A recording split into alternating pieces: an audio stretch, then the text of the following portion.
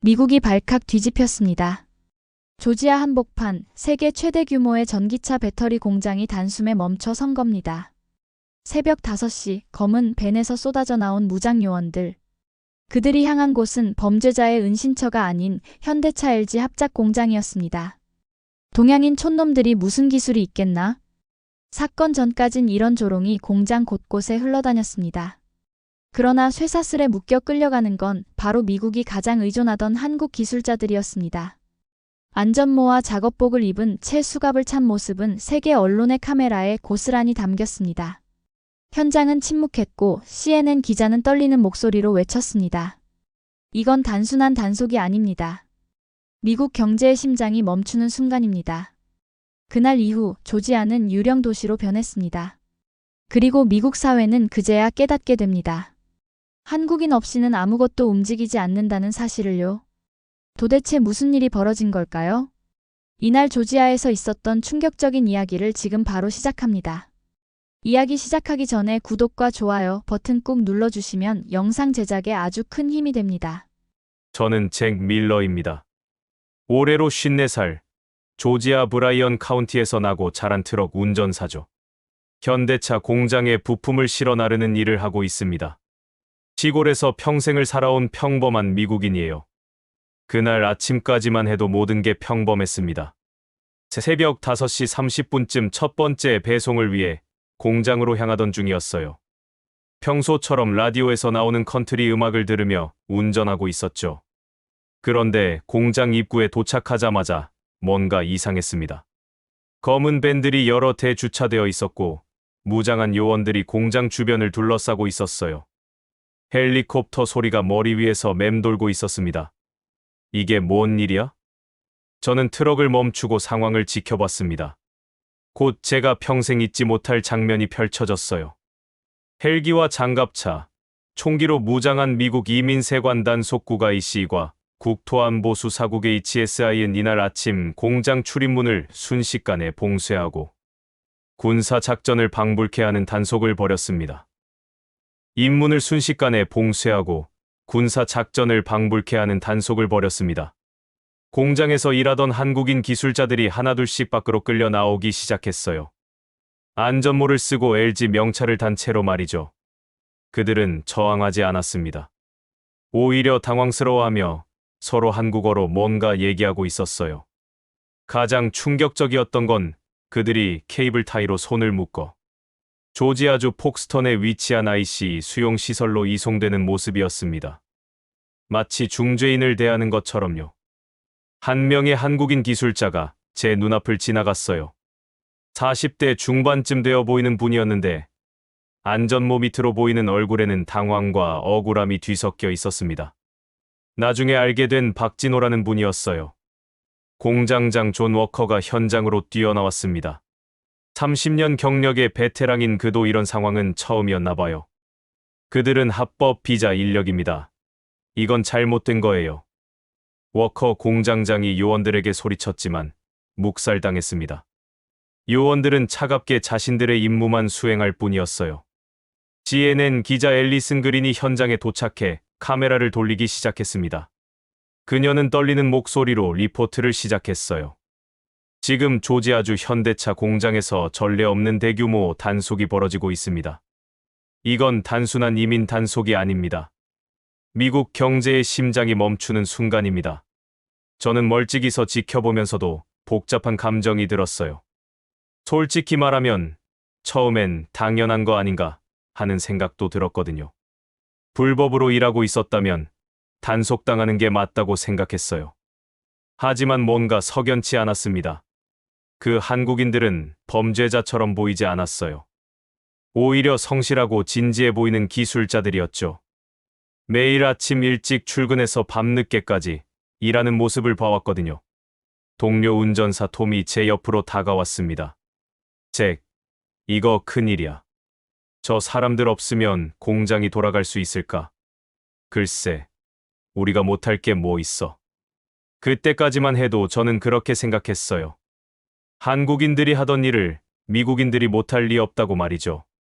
당국은 이번 단속이 단일 현장에서 이루어진 최대 규모 단속이라면서 통상적으로 이루어지는 이민 단속이 아니라 장기 내사를 거친 단속이라는 점을 강조했습니다. 라인 오퍼레이터로 일하는 타샤 윌리엄스가 공장 문 앞에서 망연자실한 표정으로 서 있었어요. 34살의 그녀는 이 일자리로 두 아이를 키우는 싱글맘이었거든요. 도대체 내일부터 뭘 하라는 거야? 타샤의 목소리에는 불안이 가득했습니다. 지역 목사인 데이비드 브룩스도 현장에 나타났어요. 53살의 그는 이 지역에서 30년 가까이 목회를 해온 존경받는 인물이었죠. 이건 옳지 않습니다. 그들은 우리와 함께 일하는 동료들이었어요. 브룩스 목사의 말에 몇몇 사람들이 고개를 끄덕였지만 더 많은 사람들은 침묵했어요. 이번 단속의 제보자라고 밝힌 조지아, 기반 정치인 토리 브레넘은 한국 기업들에게 세금 혜택을 줬지만 한국 기업들은 비정규직이든 정규직이든 조지아 주민을 거의 고용하지 않았다라면서 한국인들은 월급 대부분 브로커나 관리인에게 보내고 본국에 있는 가족들은 노예 노동 수준 생활을 하고 있을 것이다 라고 말했습니다. 장은 점점 혼란스러워졌어요. 한국인 기술자들이 버스에 태워져 하나둘씩 사라지자 공장 안은 갑자기 텅 빈 것처럼 조용해졌습니다. 그 순간 저는 뭔가 중요한 일이 벌어지고 있다는 걸 느꼈어요. 이건 단순한 이민 단속이 아니었어요. 뭔가 더 큰 의미가 있는 사건이었죠. 배송할 부품을 가득 실은 제 트럭은 그날 공장 문 앞에서 발길을 돌려야 했습니다. 들어갈 곳이 없었거든요. 공장이 문을 닫은 거나 다름없었어요. 돌아가는 길에 라디오에서는 이 사건이 속보로 나오기 시작했습니다. 전국 뉴스에서 우리 조지아 이야기가 나오는 걸 듣는 기분이 묘했어요. 조지아주 현대차 공장에서 대규모 이민자 단속이 벌어졌습니다. 한국인 300여 명이 체포되었으며 그날 저녁 집에 돌아와서도 그 장면이 머릿속을 떠나지 않았어요.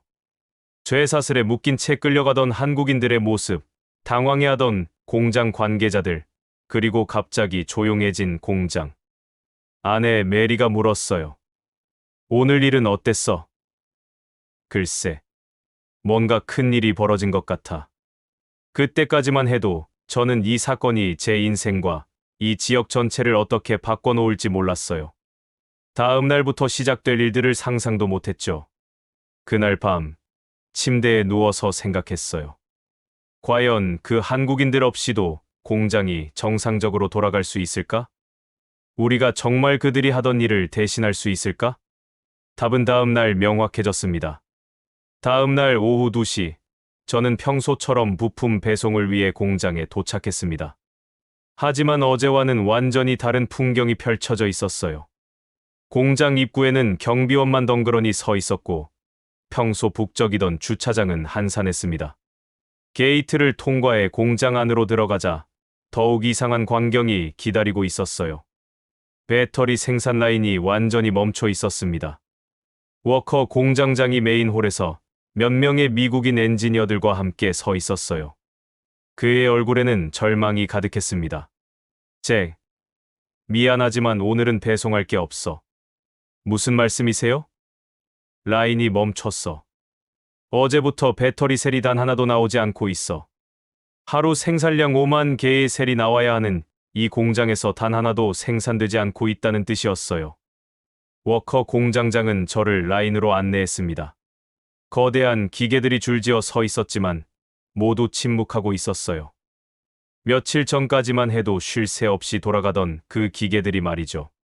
저기 보이는 저 장비들, 전부 한국에서 온 거야. 한국 기술자들이 설치하고 프로그래밍한 거라고. 미국인 엔지니어 한 명이 큰 매뉴얼을 들고 와서 보여줬어요. 두께가 전화번호부만 했는데 전부 한국어로 되어 있었어요. 이걸 우리가 어떻게 읽어? 다른 엔지니어가 한숨을 쉬며 말했습니다. 번역기 돌려봤는데 기술 용어들이 너무 복잡해서 이해가 안 돼. 저는 그제야 상황의 심각성을 깨달았어요. 이 공장의 핵심 기술과 운영 노하우가 모두 한국인들에게 달려 있었던 거죠. 워커 공장장이 제게 솔직하게 털어놨어요. 잭, 내가 이 업계에서 30년을 일했지만 이런 상황은 처음이야. 기계는 멀쩡한데 아무도 돌릴 줄 모르는 거라니. 생산 라인 한쪽에서는 몇 명의 미국인 기술자들이 컴퓨터 화면을 보며 머리를 싸매고 있었어요. 화면에는 한국어로 된 경고 메시지들이 빨갛게 깜빡이고 있었죠. 이게 뭘 의미하는지 아는 사람 있어? 구글 번역기로 돌려보니까 공정 오류라고 나오던데. 그래서 어떻게 해결하라는 거야? 한국인 기술자들이 없으니 아무도 답을 줄 수 없었어요. 라인 오퍼레이터 타샤 윌리엄스가 절망적인 표정으로 서 있었습니다. 어제까지만 해도 박 엔지니어가 이 모든 걸 척척 해결해줬는데 이제 어떻게 하지? 타샤가 말하는 박 엔지니어는 어제 체포된 박진호 씨였어요. 그는 이 라인의 핵심 기술을 담당하고 있었던 분이었죠. 워커 공장장이 본사에 긴급 전화를 걸었습니다. 예, 상황은 심각합니다. 전체 라인이 멈춰 있어요. 한국 기술자들 없이는 재가동이 불가능합니다. 전화 너머에서 들리는 목소리는 다급했어요. 언제까지 복구 가능한가요? 솔직히 모르겠습니다. 아마 몇 주, 아니 몇 달이 걸릴지도. 그 순간 공장 전체에 무거운 침묵이 흘렀어요. 저는 평소 친하게 지내던 설비 관리자 마크에게 물어봤어요. 마크, 정말 그렇게 복잡한 거야? 잭, 이 배터리 제조 공정은 반도체 만드는 것만큼 정밀해.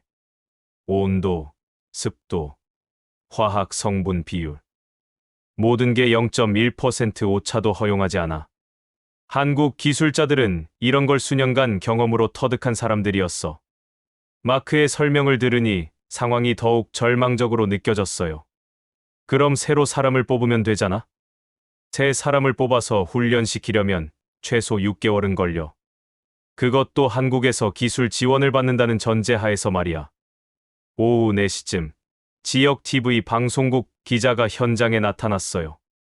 그들은 워커 공장장과 인터뷰를 진행했습니다. 공장장님, 현재 상황을 어떻게 평가하십니까? 정직하게 말씀드리면 한국 기술자들 없이는 이 공장을 운영할 수 없습니다. 그들이 이 공장의 두뇌 역할을 하고 있었거든요. 카메라 앞에서 이런 말을 하는 워커 공장장의 표정은 매우 착잡해 보였어요.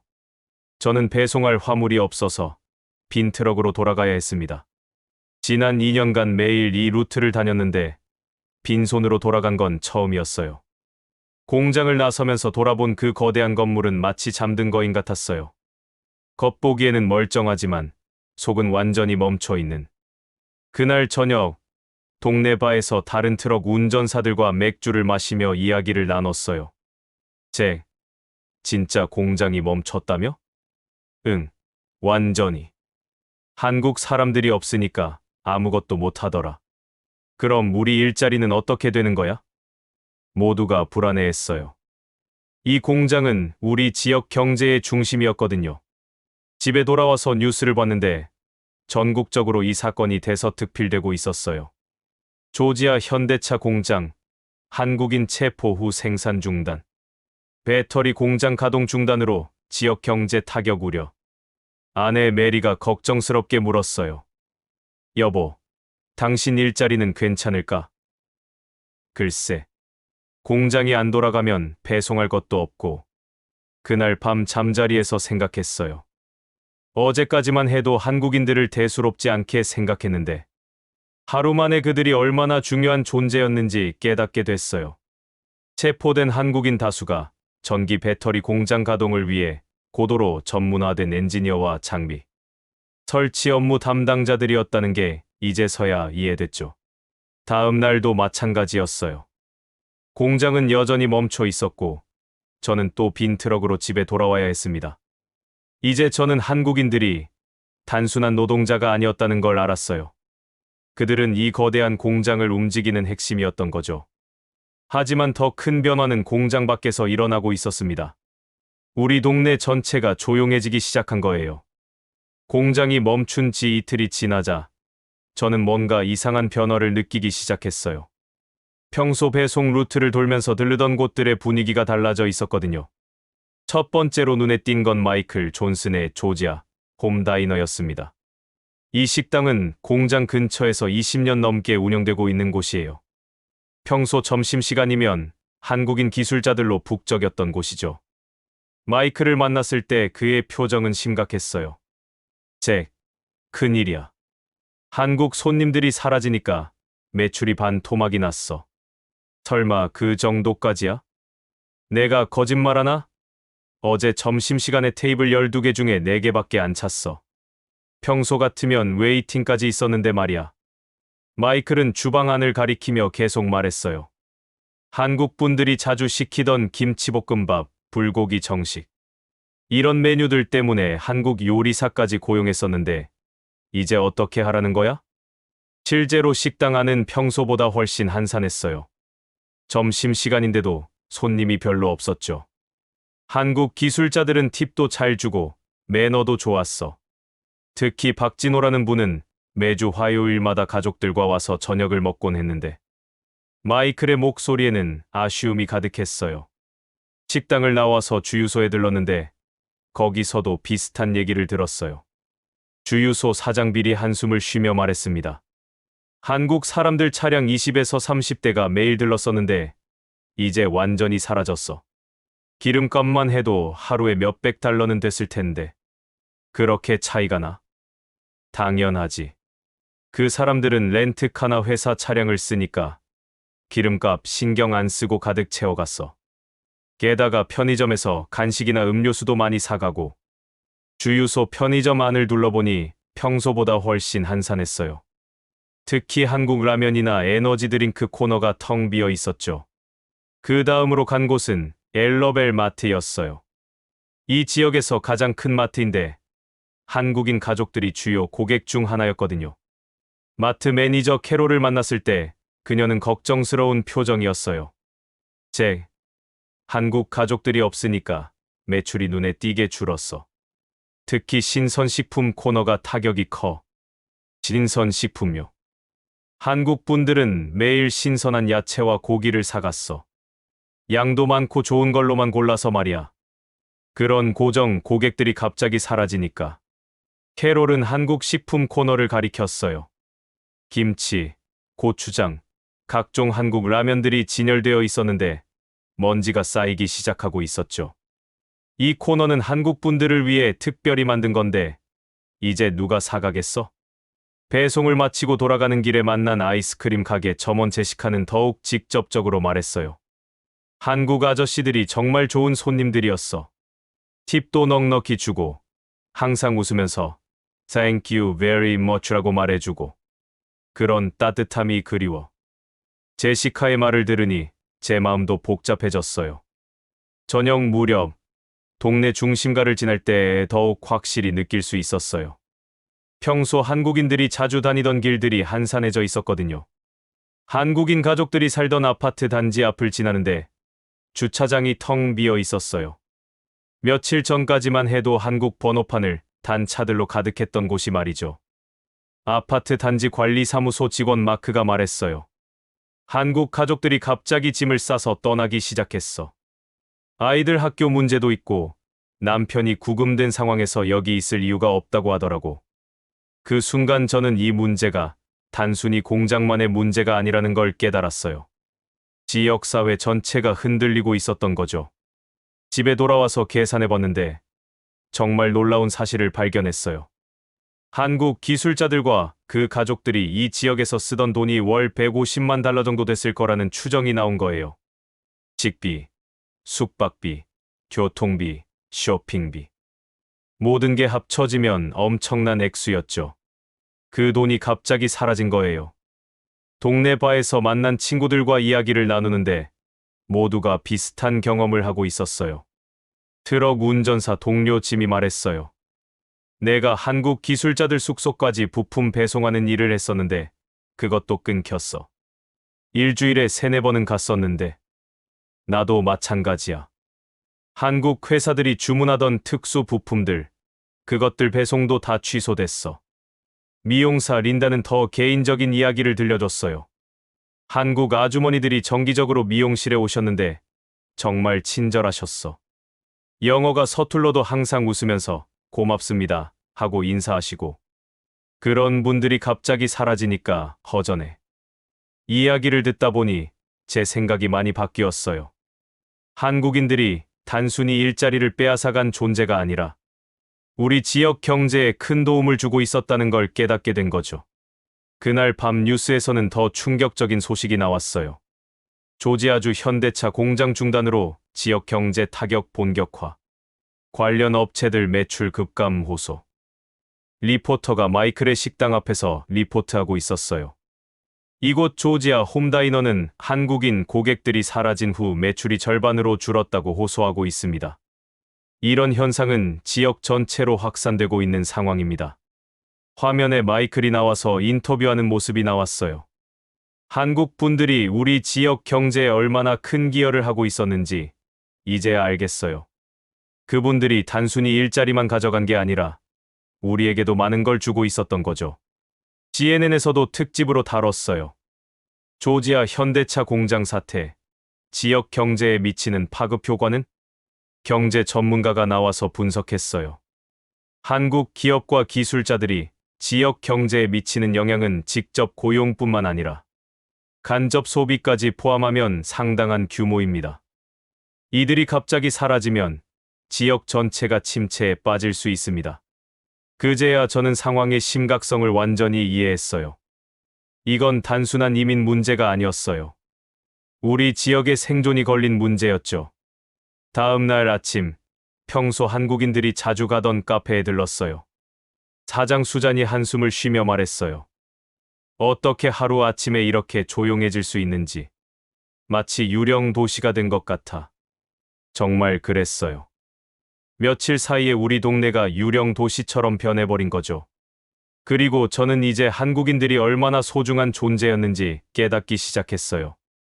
그들은 단순히 일하러 온 외국인이 아니라 우리 지역사회의 일부였던 거죠. 하지만 이미 늦었어요. 그들은 떠나기 시작했고 우리는 그제야 잃은 것의 크기를 실감하고 있었습니다. 공장이 멈춘 지 5일째 되던 날, 저는 충격적인 소식을 들었습니다. 한국 정부에서 전세기를 보내 구금된 한국인들을 데려간다는 거였어요. 그날 오후, 저는 우연히 박진호 씨의 가족을 만났습니다. 마트에서 장을 보고 나오는데 주차장에서 짐을 트럭에 싣고 있는 한국인 가족이 눈에 띄었어요. 박진호 씨의 아내 김미영 씨였습니다. 10살쯤 되어 보이는 딸과 함께 있었죠. 실례합니다만 어디 가시는 건가요? 김미영 씨는 서툰 영어로 대답했어요. 한국 가요. 남편. 감옥에. 그녀의 눈가에는 눈물이 맺혀 있었어요.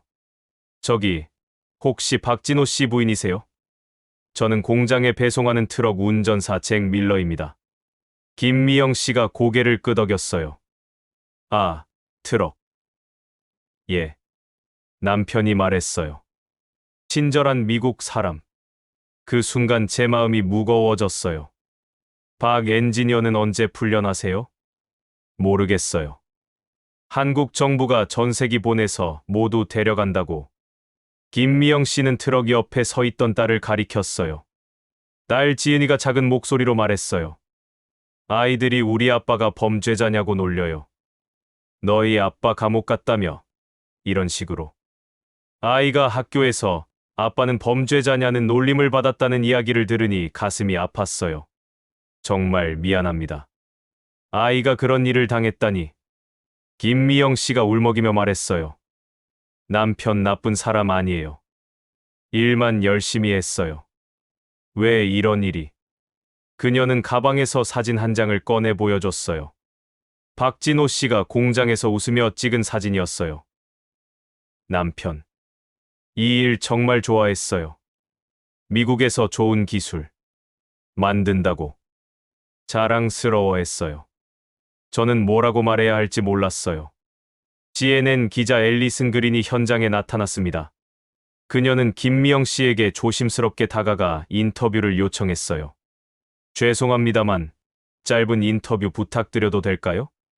김미영 씨는 잠시 망설이다가 고개를 끄덕였어요. 지금 어떤 기분이신가요? 슬퍼요. 그리고 무서워요. 한국으로 돌아가시는 이유가 있나요?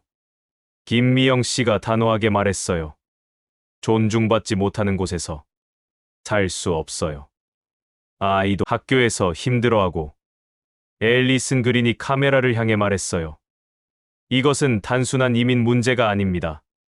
이것은 존엄성의 문제입니다.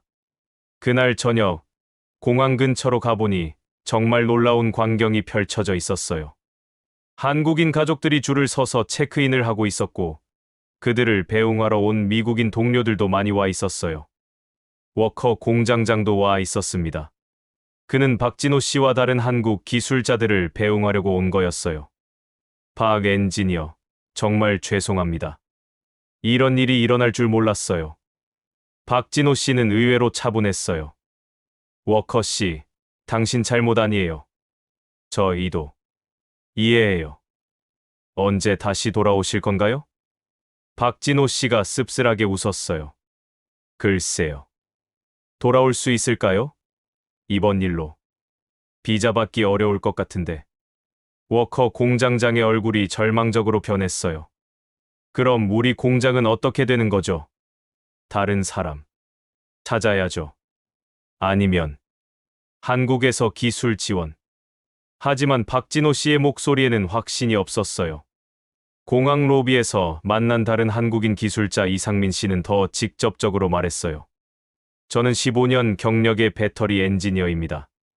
이런 대우를 받을 이유가 없어요. 다시 미국에 올 생각은 없으세요? 없어요. 완전히 없어요. 이런 식으로 대우받는 곳에서 일하고 싶지 않아요. 이상민 씨의 아내도 옆에서 거들었어요. 한국에도 좋은 회사 많아요. 굳이 여기서 이런 고생할 필요 없어요. 탑승 시간이 다가오자 분위기가 더욱 무거워졌어요.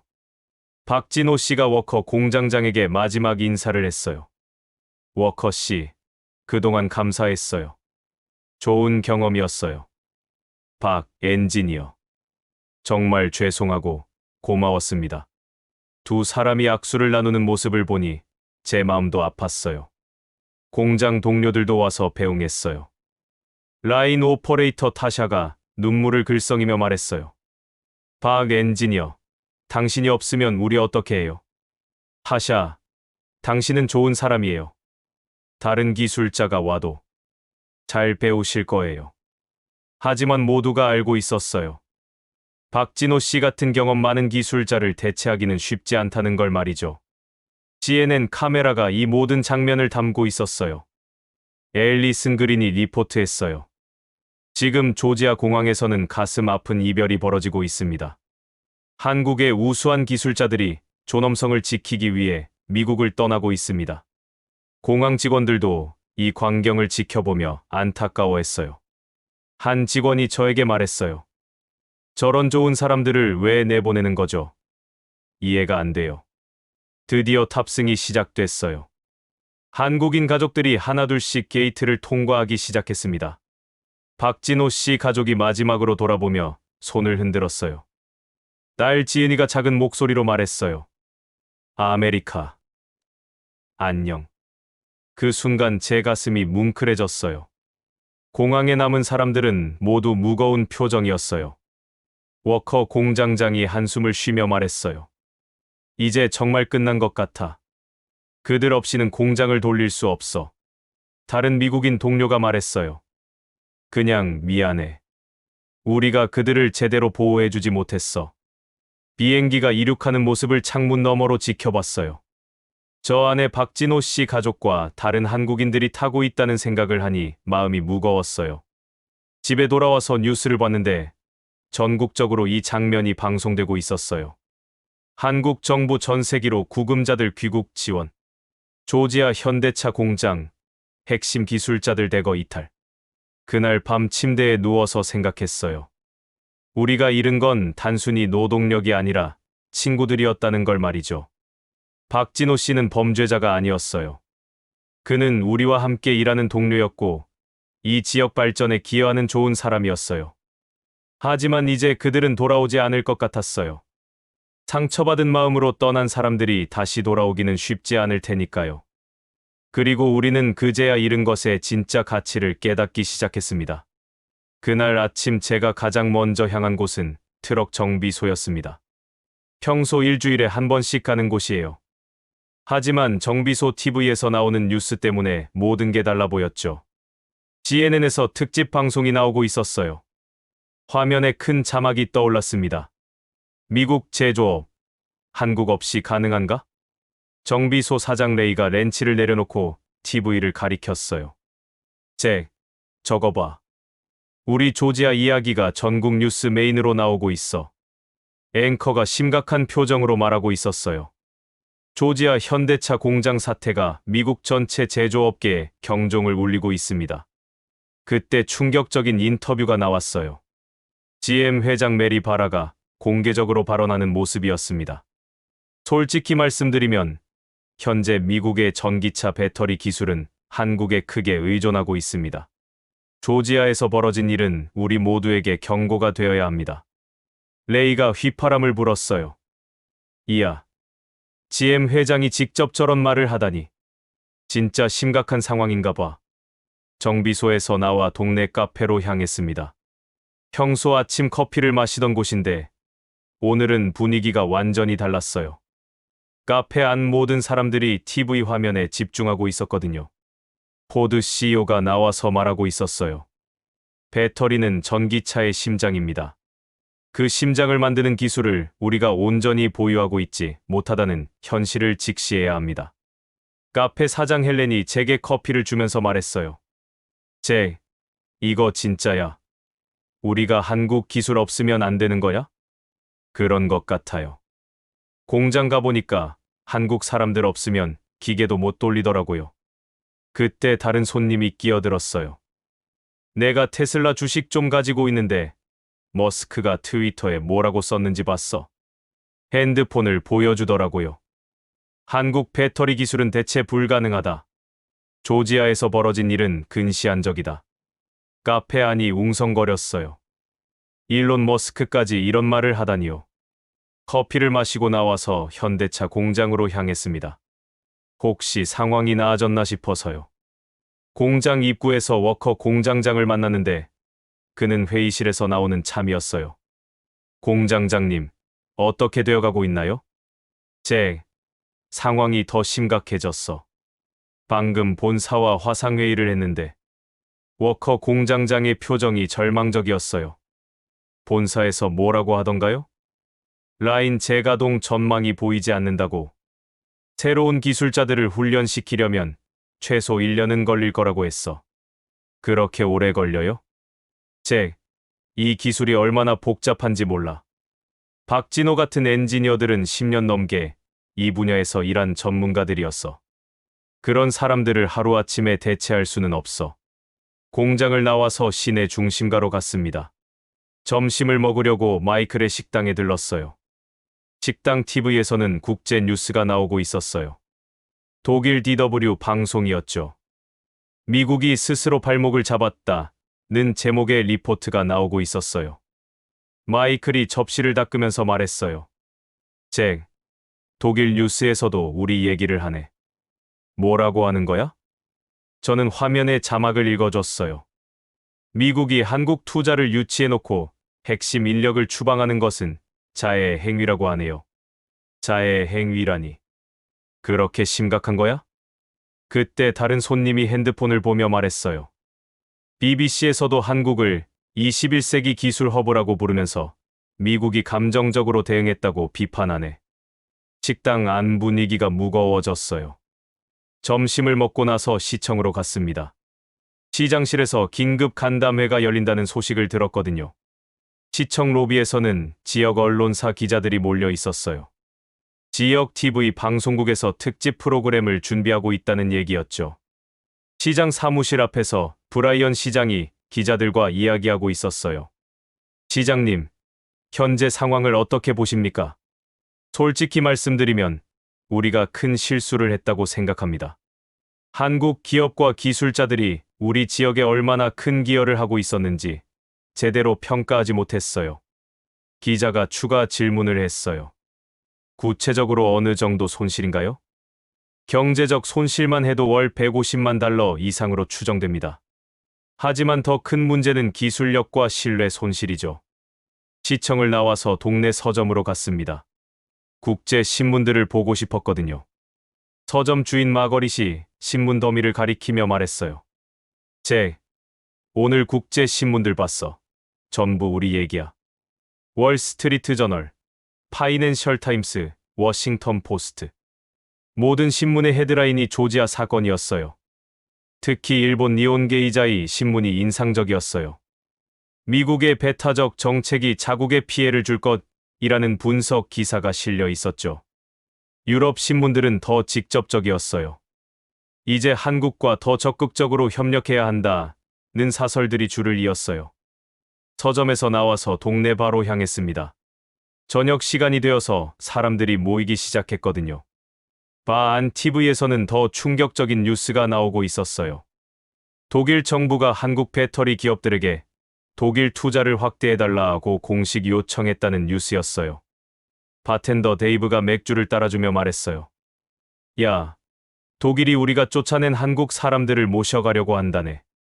동료 운전사 짐이 한숨을 쉬며 말했어요. 프랑스도 한국 기술자들을 위한 특별 비자를 만든다고 하던데. 캐나다는 아예 조지아에서 떠난 한국 기술자들을 캐나다로 모시고 싶다는 공식 성명까지 냈어. 바안 분위기가 점점 무거워졌어요. 미용사 린다가 말했어요. 우리가 내쫓은 사람들을 다른 나라들이 줄 서서 모셔가려고 하네. 이게 말이 돼? 그때 TV에서 CNN 경제 전문가가 나와서 분석하고 있었어요. 미국이 한국 기술자들을 추방한 것은 전략적 실패입니다. 이제 그 기술자들은 다른 나라로 가서 그 나라의 경쟁력을 높여줄 겁니다.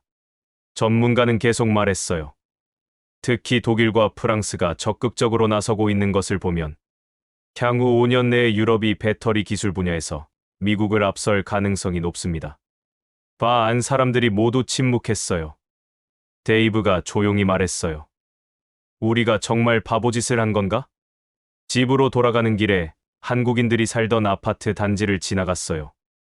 며칠 전까지만 해도 불이 켜져 있던 창문들이 모두 어두웠어요.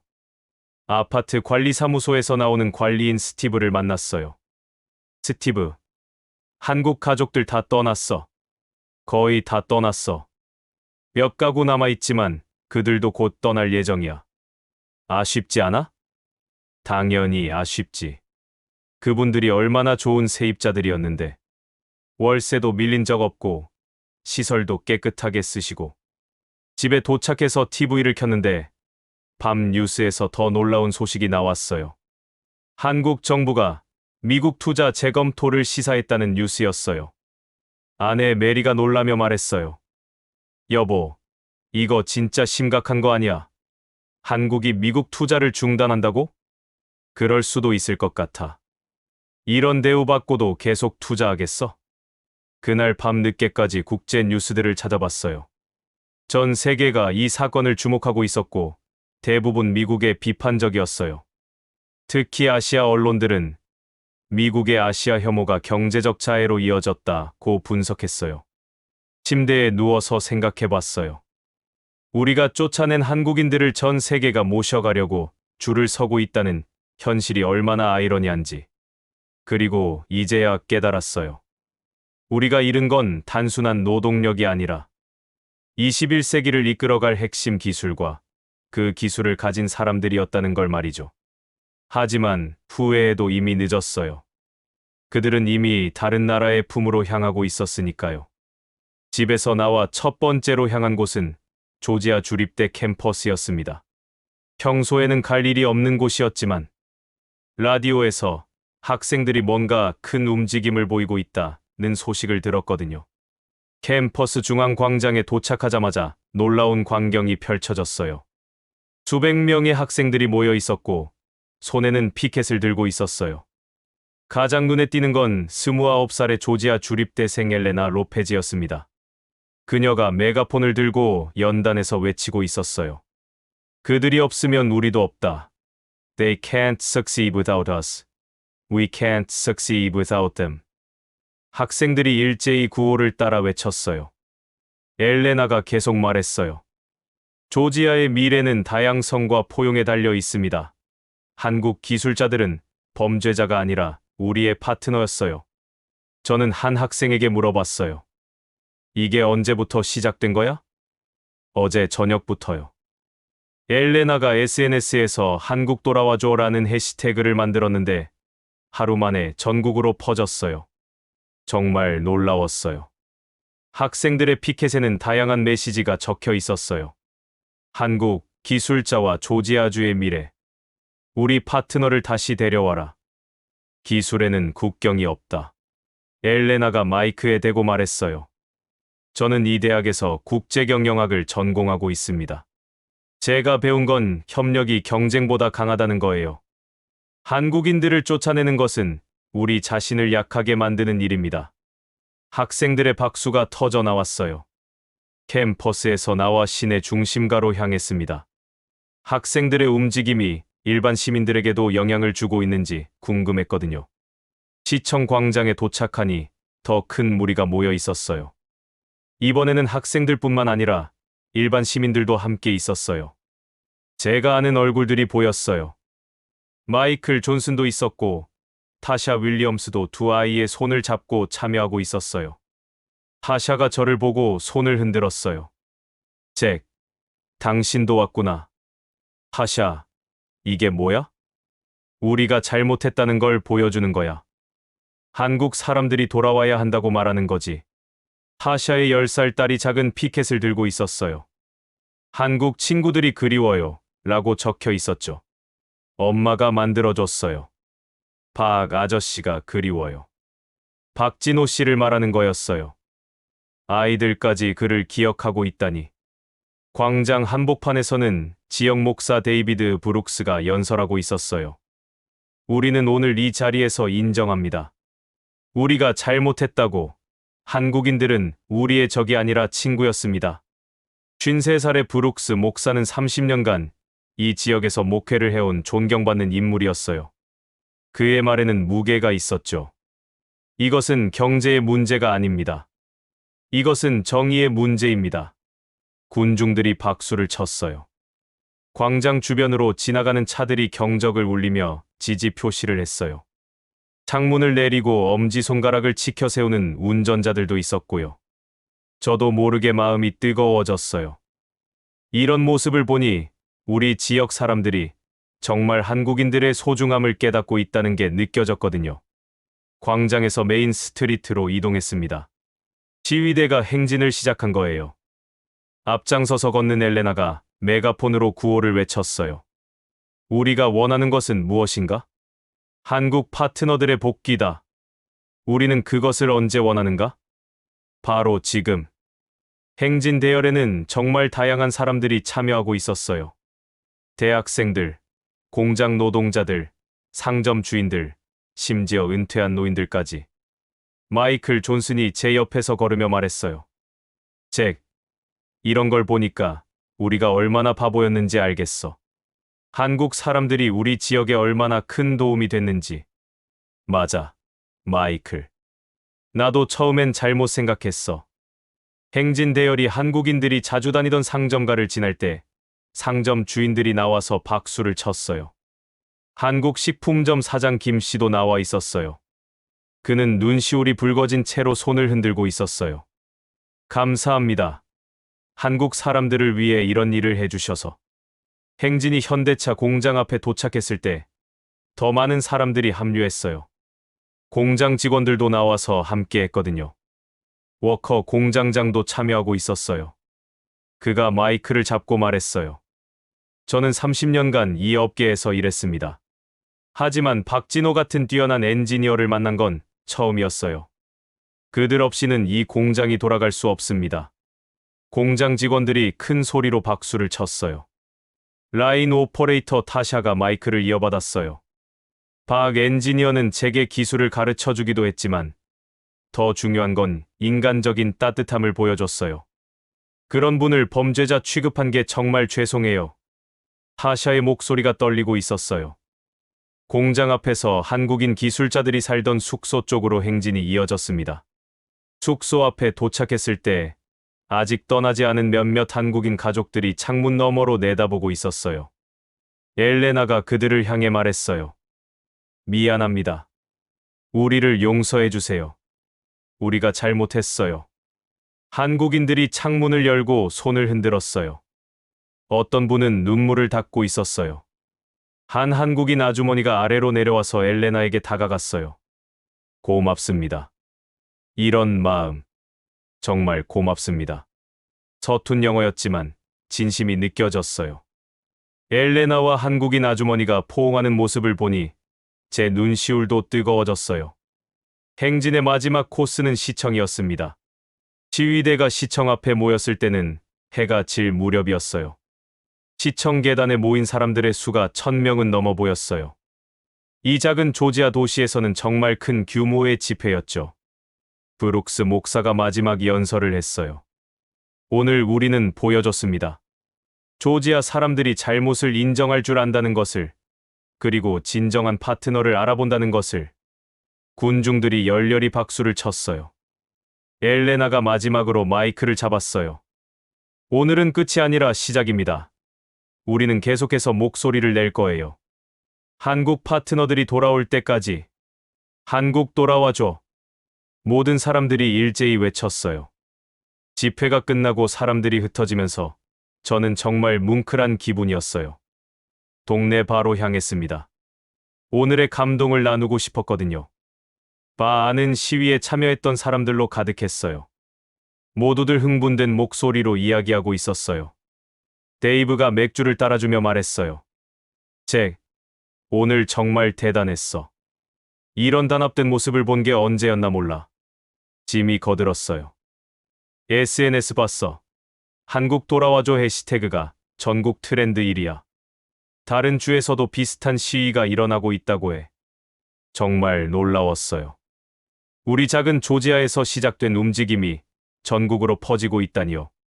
린다가 핸드폰을 보여줬어요. 봐, 뉴욕에서도 한국계 미국인들이 시위하고 있어. 조지아의 한국인들과 연대한다고. 캘리포니아, 텍사스, 일리노이. 여러 주에서 비슷한 움직임이 일어나고 있었어요. 바 안 TV에서는 저녁 뉴스가 나오고 있었어요. 조지아에서 시작된 한국인 지지 시위가 전국으로 확산되고 있습니다. 화면에 오늘 우리가 참여했던 시위 장면들이 나왔어요.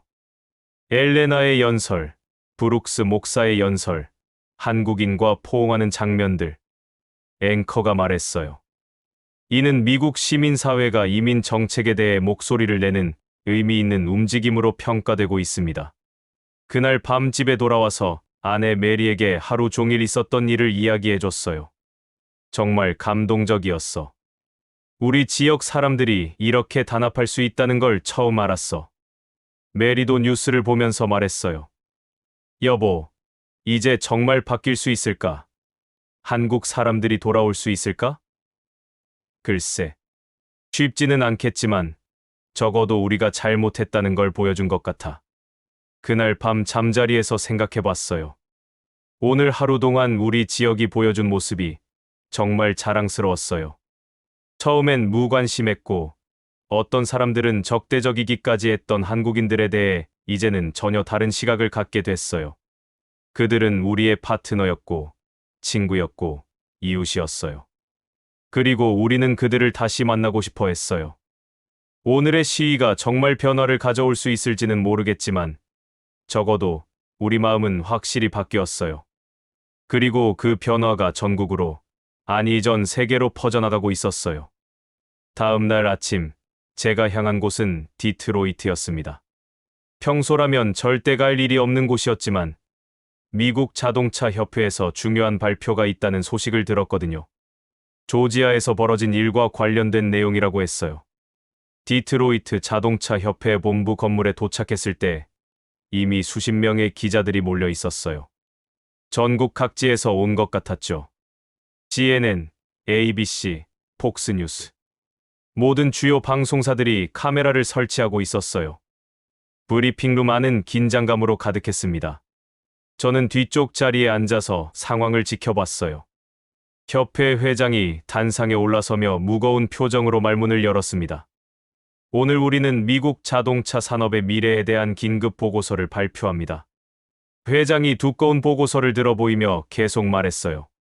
조사 결과, 한국 기술자가 없으면 미국 전기차 산업은 3개월 내 완전히 마비될 것으로 예상됩니다. 브리핑룸이 술렁였어요. 기자들이 서로 메모를 주고받으며 웅성거렸죠. 구체적으로 설명해 주시겠습니까? 한 기자가 질문했어요. 현재 미국 내 전기차 배터리 생산의 78%가 한국 기술에 의존하고 있습니다. 조지아 사태로 인해 이미 GM과 포드의 생산 계획에 차질이 빚어지고 있어요. 회장은 그래프를 보여주며 설명했어요. 테슬라도 예외가 아닙니다. 이들 모두 한국산 배터리나 한국 기술로 만든 배터리를 사용하고 있거든요. 저는 충격을 받았어요. 미국이 자랑하는 자동차 회사들이 모두 한국 기술에 의존하고 있다니요. 더 심각한 문제는 대체 인력입니다. 회장이 계속 말했어요. 이런 수준의 기술자를 양성하려면 최소 5년은 걸립니다. 그것도 한국에서 기술 이전을 받는다는 전제하에서 말이죠. 기자들이 더욱 바쁘게 메모를 적었어요. 로이터 통신 기자가 날카로운 질문을 던졌어요. 그럼 결국 미국이 스스로 목줄을 맨 것과 같다는 말씀인가요? 그렇게 표현하고 싶지는 않지만 현실적으로는 그런 상황입니다. 브리핑이 끝나고 나오는 길에 저처럼 조지아에서 온 협력업체 관계자들을 만났어요. 모두들 심각한 표정이었죠. 부품 공급업체 사장들이 제게 말했어요. 잭, 이제 정말 끝난 것 같아. 우리가 얼마나 큰 실수를 했는지 알겠어. 맞아요. 이 보고서를 보니까 한국 사람들이 얼마나 중요한 존재였는지. 저희는 보고서 사본을 받아들고 조지아로 돌아왔어요. 조지아에 도착해서 가장 먼저 간 곳은 지역 커뮤니티 센터였습니다. 오늘 밤 주민 설명회가 열린다는 공지를 봤거든요. 커뮤니티 센터에는 이미 많은 주민들이 모여 있었어요. 공장 직원들, 상점 주인들, 학부모들. 모두 불안한 표정이었죠. 무대 위에서 워커 공장장이 디트로이트 보고서 내용을 설명하고 있었어요. 여러분, 상황이 우리가 생각했던 것보다 훨씬 심각합니다. 미국 전체 자동차 산업이 위기에 처했어요. 청중들이 웅성거렸어요. 그때 타샤 윌리엄스가 일어나서 마이크를 달라고 했어요. 저 말씀드려도 될까요? 타샤가 무대에 올라가서 떨리는 목소리로 말하기 시작했어요. 저는 두 아이를 키우는 싱글맘입니다. 이 공장이 제 전부예요. 그녀의 목소리가 울먹였어요. 박진호 엔지니어가 제게 기술을 가르쳐 주셨어요. 정말 친절하고 좋은 분이었어요. 그런 분을 우리가. 타샤가 눈물을 닦으며 계속 말했어요. 일자리를 지켜줄 사람은 한국 기술자들 뿐이에요. 이제라도 그분들께 돌아와 달라고 해야 해요. 청중들이 박수를 쳤어요. 저도 모르게 손뼉을 치고 있었어요. 마이클 존슨도 일어나서 말했어요. 제 식당도 한국 손님들이 없으면 문 닫을 수밖에 없어요. 그분들이 단순히 손님이 아니라 우리 지역사회의 일부였다는 걸 이제야 깨달았어요. 목사 데이비드 브룩스도 마이크를 잡았어요. 우리가 잘못했습니다. 하나님 앞에서 고백합니다. 우리는 이웃을 제대로 알아보지 못했어요. 지역 방송국 카메라가 이 모든 장면을 생중계하고 있었어요. 화면 아래쪽 댓글창에는 계속해서 메시지들이 올라오고 있었죠. 돌아와 주세요. 우리가 잘못했어요. 한국 친구들을 그리워합니다. 설명회가 끝나고 집에 돌아와서 SNS를 확인해 봤어요. 정말 놀라웠어요. 이건 이민 문제가 아니라 생존 문제라는 해시태그가 전국적으로 확산되고 있었거든요. 트위터, 페이스북, 인스타그램. 모든 플랫폼에서 이 해시태그를 사용한 게시물들이 쏟아지고 있었어요. 특히 자동차 업계 종사자들의 반응이 뜨거웠어요. 디트로이트에서 30년 일했지만 이런 위기는 처음이다. 한국 기술자들 없이는 정말 끝이다. GM 라인에서 일하는데 한국산 배터리 없으면 하루도 못 버틴다. 포드 직원인데 솔직히 한국 기술이 우리보다 앞서 있다. 인정해야 한다. 저도 처음으로 SNS에 글을 올렸어요. 조지아 트럭 운전사입니다. 처음에는 한국인들을 이해하지 못했지만 이제는 그들이 우리의 소중한 파트너였다는 걸 알았습니다. 돌아와 주세요. 제 글에도 수백 개의 댓글이 달렸어요. 대부분 공감하는 내용들이었죠. 그날 밤 늦게까지 뉴스를 봤는데 정말 놀라운 변화가 일어나고 있었어요. 월스트리트에서는 자동차 관련 주식들이 폭락하고 있었고, 유럽과 아시아 시장에서도 미국 기업들에 대한 우려가 커지고 있었어요. 반면에 한국 기업들의 주가는 오르고 있었어요. 전 세계가 한국 기술의 중요성을 다시 평가하고 있는 거였죠. CNN에서 경제 전문가가 분석하고 있었어요. 이번 조지아 사태는 미국이 글로벌 공급망에서 차지하는 위치를 다시 생각해보게 하는 계기가 되고 있습니다. 특히 첨단 기술 분야에서 미국이 더 이상 독점적 지위를 갖지 못한다는 현실을 보여주고 있어요. BBC에서도 특집을 방송했어요. 미국의 자존심이 흔들리고 있습니다. 하지만 미국 시민들은 이미 해답을 알고 있습니다. 바로 한국이 그 답이라는 것을요. 정말 그랬어요. 디트로이트 보고서가 나온 후 미국 전역에서 같은 목소리가 나오고 있었어요. 한국이 답이다. 저도 이제 확신했어요. 우리가 잃어버린 건 단순한 노동력이 아니라 미래 그 자체였다는 걸 말이죠. 그리고 그 미래를 되찾으려면 한국과의 관계를 회복하는 수밖에 없다는 것도요. 하지만 과연 우리에게 기회가 남아 있을까요? 상처받은 그들이 다시 우리에게 손을 내밀어 줄까요? 그 답은 내일 밤 우리 마을에서 열릴 마지막 집회에서 나올 것 같았어요. 디트로이트에서 돌아온 다음 날, 저는 가장 먼저 현대차 공장으로 향했습니다. 그 충격적인 보고서를 직접 확인하고 싶었거든요. 공장 정문을 지나 메인 홀로 들어서자 정말 섬뜩한 광경이 펼쳐져 있었어요. 거대한 생산 라인이 완전히 멈춘 채 어둠 속에 서 있었습니다. 며칠 전까지만 해도 쉴 새 없이 돌아가던 기계들이 이제는 무덤처럼 조용했어요. 오직 붉은 경고등들만 깜박이며 침묵을 증언하고 있었죠. 저는 라인을 따라 천천히 걸어봤어요.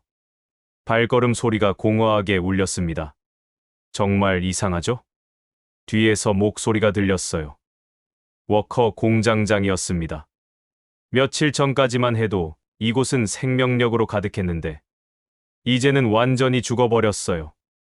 워커 공장장의 목소리에는 깊은 절망이 배어 있었어요. 공장장님, 정말 복구가 불가능한 건가요?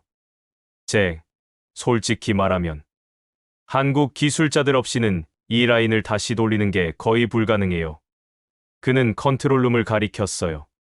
저기 보이는 컴퓨터들 전부 한국어로 프로그래밍되어 있어요. 미국 엔지니어들이 몇 날 며칠을 매달려도 기본 작동조차 못 시키고 있어요. 컨트롤룸으로 가보니 정말 그랬어요. 몇 명의 미국인 엔지니어들이 두꺼운 매뉴얼을 펼쳐놓고 고개를 숙이고 있었어요. 이게 뭘 의미하는지 아는 사람 있어? 한 엔지니어가 화면에 한국어 에러 메시지를 가리키며 물었어요. 번역기 돌려도 기술 용어라 정확한 의미를 모르겠어. 박진호가 있었다면 5분 만에 해결했을 텐데. 그들의 좌절감이 고스란히 느껴졌어요. 공장을 나와서 마이클 존슨의 식당으로 향했습니다. 점심시간이었지만 과연 어떤 상황일지 궁금했거든요. 식당에 들어서자마자 한눈에 알 수 있었어요. 20개 테이블 중 절반 이상이 빈 채로 있었어요. 불 꺼진 테이블들이 줄지어 늘어선 모습이 일신연스러웠죠. 마이클이 카운터에서 무료한 표정으로 앉아 있었어요. 마이클, 어떻게 지내? 정말 힘들어. 매출이 70% 가까이 떨어졌어. 그는 한국인 단골들이 자주 앉던 구석 테이블을 가리켰어요. 박진호 씨 가족이 매주 화요일마다 앉던 자리야. 이제 그 테이블을 치울까 생각 중이야. 보기만 해도 마음이 아파서. 마이켈의 아내가 주방에서 나오더니 한숨을 쉬었어요. 한국 요리사도 해고해야 할 것 같아. 김치볶음밥 주문하는 사람이 아무도 없어. 식당의 분위기가 너무 우울해서 저는 빨리 나왔어요. 해가 질 무렵 마을 광장으로 향했습니다. 오늘 밤 작은 집회가 열린다는 소식을 들었거든요. 광장에 도착하니 이미 100여 명의 주민들이 모여 있었어요. 촛불을 든 사람들도 있었고 작은 피켓을 든 사람들도 있었어요. 무대에는 간단한 마이크와 스피커만 설치되어 있었어요. 거창한 집회라기보다는 마을 사람들의 진솔한 모임 같은 느낌이었죠. 타샤 윌리엄스가 마이크를 들고 무대에 올랐어요. 그녀의 두 아이도 앞자리에 앉아 있었어요. 여러분, 타샤의 목소리가 떨리기 시작했어요. 저는 이 자리에서 고백하고 싶어요. 우린 한국인 없이는 살 수 없다는 거요. 광장이 조용해졌어요. 박진호 엔지니어가 제게 가르쳐 준 건 기술만이 아니었어요.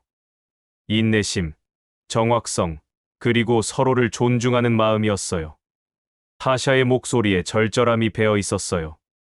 제 아이들도 한국 아이들과 친구가 되었었어요. 그런데 우리가 그분들을 쫓아냈어요. 몇몇 사람들이 고개를 숙였어요. 그때 한 주민이 일어나서 말했어요. 타샤 말이 맞아. 우리 모두 한국인들에게 빚을 졌어. 다른 주민들도 하나둘 손을 들기 시작했어요. 맞아. 그분들이 돌아와야 해. 우리가 잘못했어. 한국 친구들, 돌아와 주세요. 광장에서 구호가 터져나오기 시작했어요. 저도 마음이 뜨거워졌어요. 이런 순간을 위해 용기를 내야겠다고 생각했어요. 저는 무대로 올라가 마이크를 잡았어요. 제가 한 말씀 드려도 될까요? 사람들이 조용해졌어요. 저는 잭 밀러입니다. 44년간 이 조지아에서 살아온 평범한 트럭 운전사예요. 제 목소리가 스피커를 통해 울려 퍼졌어요. 솔직히 고백하자면 처음에 저는 한국 사람들을 이해하지 못했어요. 심지어 무시하기도 했죠. 청중들이 집중해서 들었어요. 하지만 이제는 그들을 스승이라고 부르고 싶어요. 제 말에 몇몇 사람들이 고개를 끄덕였어요. 박진호 씨 같은 분들이 우리에게 가르쳐 준 건 기술만이 아니었어요. 진정한 프로페셔널이 무엇인지, 동료를 어떻게 대해야 하는지, 그런 것들이었어요. 저는 잠시 멈추고 숨을 고른 후 계속 말했어요. 저는 이 자리에서 약속드리고 싶어요. 만약 한국 기술자들이 다시 돌아와 준다면 저는 그분들을 제대로 된 동료로, 친구로 대하겠습니다. 광장에서 박수가 터져 나왔어요. 목사 데이비드 브룩스도 무대에 올라왔어요. 잭 형제의 말이 우리 모두의 마음입니다. 우리는 회개하고 다시 시작해야 해요. 그때 누군가 한국 친구들에게 편지를 쓰자고 외쳤어요. 좋은 생각이야. 사람들이 호응했어요. 광장 한쪽에서 누군가 종이와 펜을 가져왔어요. 사람들이 줄을 서서 한 줄씩 메시지를 적기 시작했어요. 박진호 씨께 정말 죄송합니다. 돌아와 주세요. 한국 친구들, 우리가 잘못했어요. 다시 함께 일하고 싶어요. 저도 한 줄 적었어요. 당신들은 우리의 선생님이었습니다. 감사합니다. 그 순간 누군가 스마트폰으로 이 장면을 촬영하고 있었어요. 이걸 SNS에 올릴 거야. 집회가 끝나고 집에 돌아와서 확인해보니 정말 놀라운 일이 벌어지고 있었어요. 오늘 밤 광장에서 있었던 일이 이미 SNS에 퍼지기 시작한 거예요. 제가 무대에서 한 말도 동영상으로 올라가 있었어요. 나는 그들을 무시했지만 지금은 스승이라 부른다. 이 영상이 순식간에 퍼져나가고 있었어요. 댓글들을 보니 전국 각지에서 공감하는 목소리들이 올라오고 있었어요. 조지아 트럭 운전사의 고백이 진짜 감동적이다. 이런 솔직함이 미국의 희망이다. 한국 분들, 이런 마음을 받아주세요. 위협이 아닌 선생님이라는 새로운 해시태그까지 만들어졌어요. 그날 밤 늦게까지 계속해서 메시지들이 올라왔어요. 미국 전역의 시민들이 함께 고개를 끄덕이고 있는 것 같았어요. 특히 다른 지역 공장 노동자들의 반응이 뜨거웠어요. 미시간 포드 공장에서도 같은 상황이다. 한국 기술자들 없으면 정말 끝이다. 오하이오 GM 공장도 마찬가지. 우리도 조지아를 지지한다. 침대에 누워서 생각해봤어요. 오늘 밤 광장에서 일어난 일이 정말 변화를 가져올 수 있을까? 하지만 적어도 한 가지는 확실했어요. 우리의 마음은 완전히 바뀌었다는 것이요. 한국 기술자들을 향한 우리의 시각이 침입자에서, 선생님으로, 경쟁자에서 파트너로 완전히 바뀐 거였어요. 이제 남은 건 그들이 우리의 진심을 받아줄지 여부였어요. 상처받은 마음을 치유하고 다시 손을 잡아줄지. 그 답은 아마 멀지 않은 미래에 나올 것 같았어요. 332명의 한국 기술자가 떠난 순간 조지아의 공장은 멈췄습니다. 26억 달러의 설비도 수천 명의 미국 노동자도 단 하루도 버티지 못했습니다. 숫자가 보여줍니다. 하루 5만 개의 배터리 셀이 단 한 개도 생산되지 않는 현실. 미국은 이제야 알게 된 겁니다. 쇠사슬에 묶인 건 한국인이었지만 진짜 쇠사슬에 갇힌 건 미국 경제와 자존심이었습니다. 한국은 떠났습니다. 그러나 그 빈자리는 누구도 대신할 수 없다는 진실만을 남겼습니다. 이제 미국은 스스로에게 물어야 합니다. 한국 없이 우리는 무엇으로 움직일 수 있는가? 지금까지 브라보 마이 코리아였습니다. 좋아요와 구독, 그리고 이 이야기를 세상에 알려주세요.